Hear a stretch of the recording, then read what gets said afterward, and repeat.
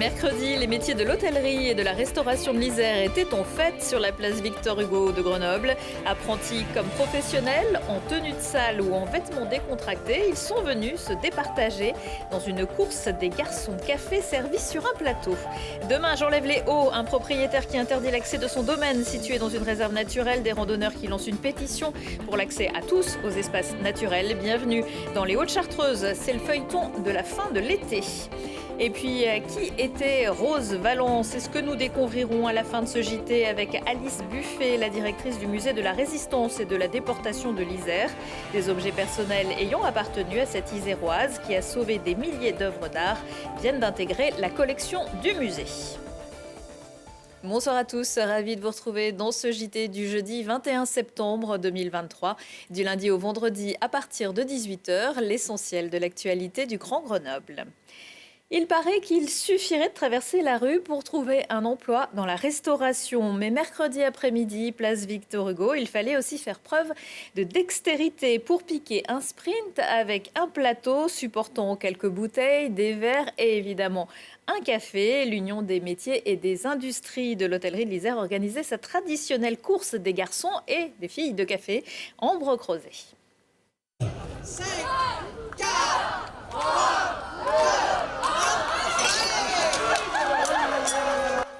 Marcher d'une allure rapide, le plateau à la main, une tâche périlleuse mais maîtrisée pour ces jeunes apprentis. Pour certains, ils se préparent depuis des mois et tiennent à prendre leur revanche.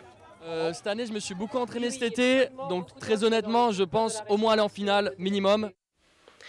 Et pour ceux dont c'est une première, il n'y a qu'une seule recette. Si on est serein et qu'on prend notre temps correctement, on y arrive très bien. Il ne faut juste pas stresser en fait.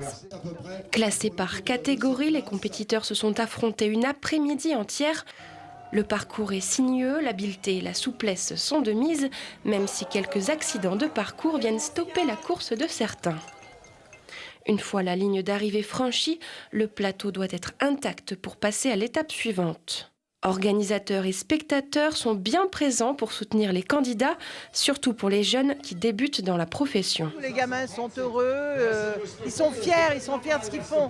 Parce que le plateau est très lourd, hein, donc porter, avoir le sourire, défendre les couleurs de son école, ça a du sens. Pendant ce temps, les récompenses se préparent, comme ces plateaux peints à la main. Et pour faire pétiller les yeux de tous, une cascade de jus de pomme. Les deux finalistes sont dans les starting blocks et c'est parti pour la course au vainqueur. 3, 2, 1, c'est parti, la super finale! Un départ au galop, mais l'erreur a été fatale pour Arnaud. Ils ont tout de même terminé ensemble, plateau contre plateau. Et pour Emilien, c'est une victoire transpirante de joie. Ça fait plaisir, un peu essoufflé parce que étonnamment on a quand même 400 mètres à parcourir, donc c'est assez imposant. Le plus dur dans l'épreuve, c'est vraiment de garder tout sur le plateau, de ne pas faire renverser, tout en prenant les distances avec chacun. Voilà, c'est bien d'amortir sur les jambes et puis on regarde tout droit, quoi. Cet événement sportif, joyeux et collégial, est un coup de projecteur pour l'hôtellerie-restauration, une entrée originale pour les jeunes apprentis vers la course de l'emploi. Et cette année, une deuxième course des garçons de café est prévue en Isère, à Vienne, le 27 septembre. Eux verront leur projet réalisé par la ville de Grenoble. Ils sont 10 lauréats de la 8e édition des budgets participatifs qui se partagent l'enveloppe de 1,8 million d'euros. Et on remarque que l'environnement et la solidarité sont des préoccupations certaines. Le plus gros budget, 1 million d'euros, revient au projet de renforcer l'autonomie énergétique de la ville avec des panneaux photovoltaïques. Suivent pour 265 000 euros l'installation de collecteurs d'eau de pluie et le camion santé mobile pour 220 000 euros.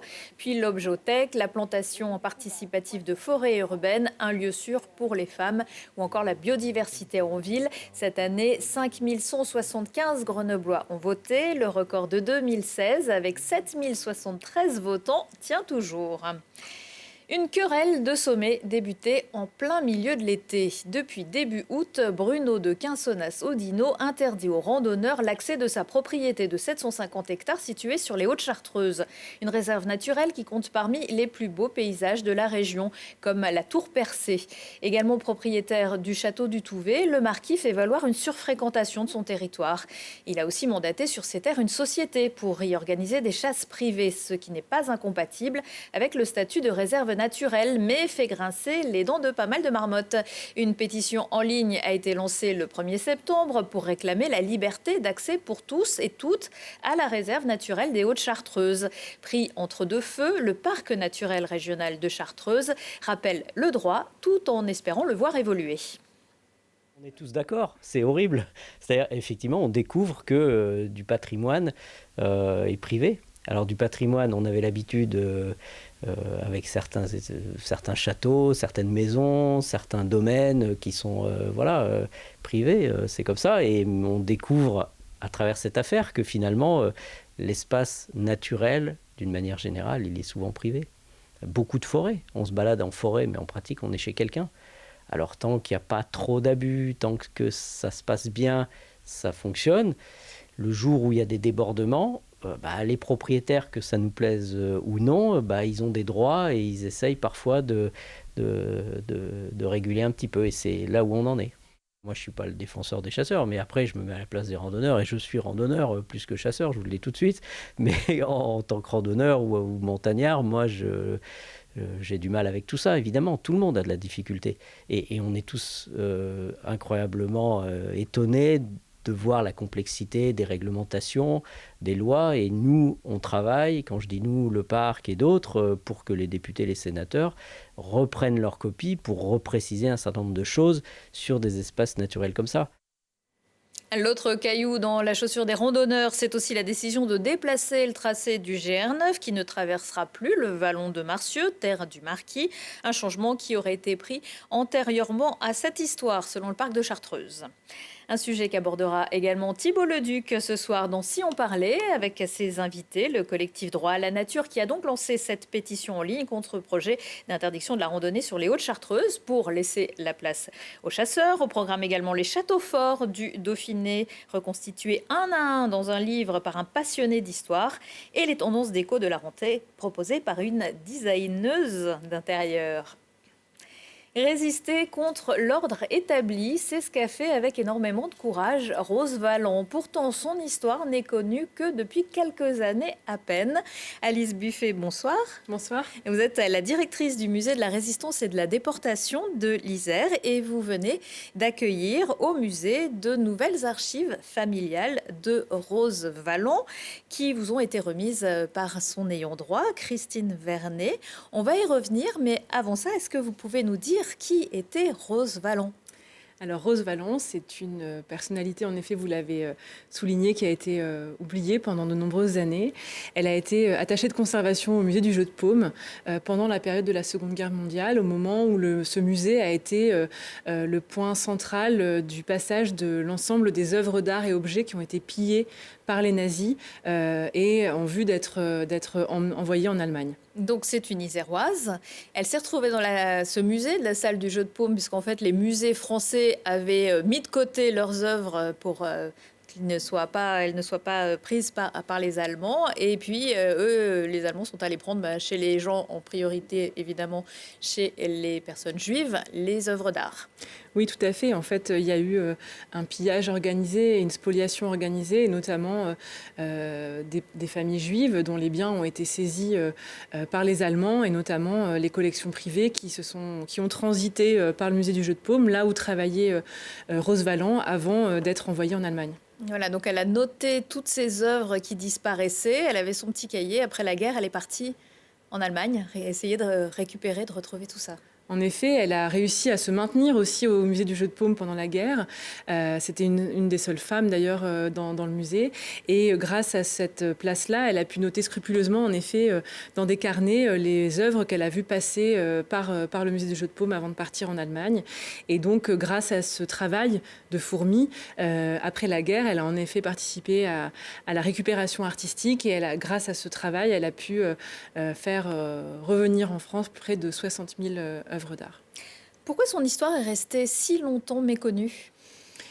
Alors, c'est le propre aussi, je crois, de toute la résistance des femmes dans leur intégralité, c'est que souvent elles n'ont pas réclamé ou elles n'ont pas souhaité faire état aussi de la résistance qu'elles avaient pu mener durant la période de la Seconde Guerre mondiale. Souvent dans les témoignages, il a été rapporté qu'elles ont fait ça parce que c'était leur devoir. Mais derrière, elles n'ont pas cherché de reconnaissance. Et pour autant, Rose Valland a continué toute sa vie à travailler ensuite à la restitution de ses biens.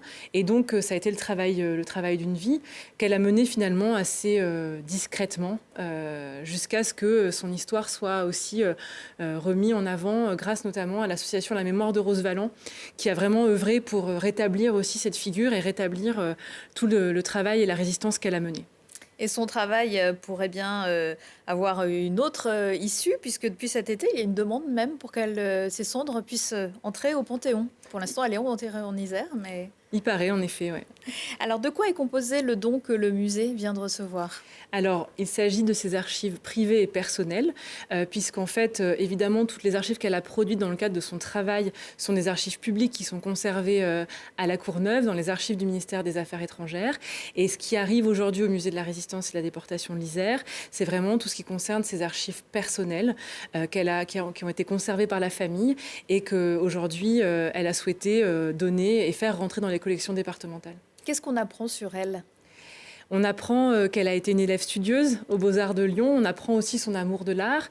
Dans ses collections, on a à la fois effectivement des photos où elle est à l'école, où elle est encore étudiante à Lyon. Et puis ensuite, évidemment, on a la chance de recevoir aussi dans ce don l'ensemble des décorations qui lui ont été remises après évidemment la guerre et pour tout le travail qu'elle a mené, de la Légion d'honneur, de la Grande Croix de Légion d'honneur jusqu'à une médaille, la médaille de la Résistance évidemment, et puis des décorations allemandes ou même américaines. Le musée possédait déjà des archives de Rose Valland ? L'association de la mémoire de Rose Valland avait déposé en 2020 son fonds d'archives. Donc il y avait déjà des choses qui étaient dans nos collections. Et aujourd'hui, voilà, ce don vient vraiment compléter cette partie d'histoire de Rose Valland. Et qu'est-ce que vous comptez en faire ? Est-ce que vous avez dans les cartons, dans les tuyaux, une exposition qui serait consacrée à Rose Valland peut-être ? Alors l'exposition a été faite il y a quelques années déjà par nos collègues du musée dauphinois auxquels nous avions évidemment participé. Mais c'est surtout que, vous savez, on a un projet de transfert du musée de la Résistance au sein du Palais du Parlement du Dauphiné dans quelques temps. Et donc aujourd'hui, Rose Valland n'est pas présente dans le musée tel qu'il est rue Hébert. Et donc il y a la volonté évidemment de le réintroduire dans le parcours et de lui consacrer une place dans ce futur musée. Au musée, il se passe plein de choses, notamment depuis quelques mois, une exposition à hauteur d'enfants, histoire de guerre. Alors, autrices, puisque ce sont 4 auteurs-autrices qui ont contribué à cette exposition, qui est effectivement à hauteur d'enfants. 1,30 m. Exactement, tout à fait, puisque c'est la première exposition que nous consacrons aux enfants à partir de 8 ans, grâce au travail, vous l'avez dit, d'auteurs et illustrateurs jeunesse qui se sont emparés de thématiques de la Seconde Guerre mondiale et qu'ils ont mis en dialogue avec les collections du musée, avec la vocation de rentrer par la petite histoire, le sensible, pour aller toucher les enfants dès le plus jeune âge, 8 ans, et leur permettre à un moment donné de raccrocher un petit morceau de ces histoires à la grande histoire. Et vous débutez d'ailleurs toute une série d'ateliers dès ce samedi matin, avec un atelier philo pour les 6-9 ans. Tout à fait, une programmation culturelle et événementielle entièrement dédiée à ce jeune public, et donc avec plein de rendez-vous, et le premier est en effet samedi. Merci beaucoup Alice Buffet. Merci à vous. Pas mal d'autres idées de sortie en cette fin de semaine. À la basse-cour pour débuter et diagnostiquer troubles du déficit de l'attention avec hyperactivité. C'est l'humour et la scène qui l'ont sauvé.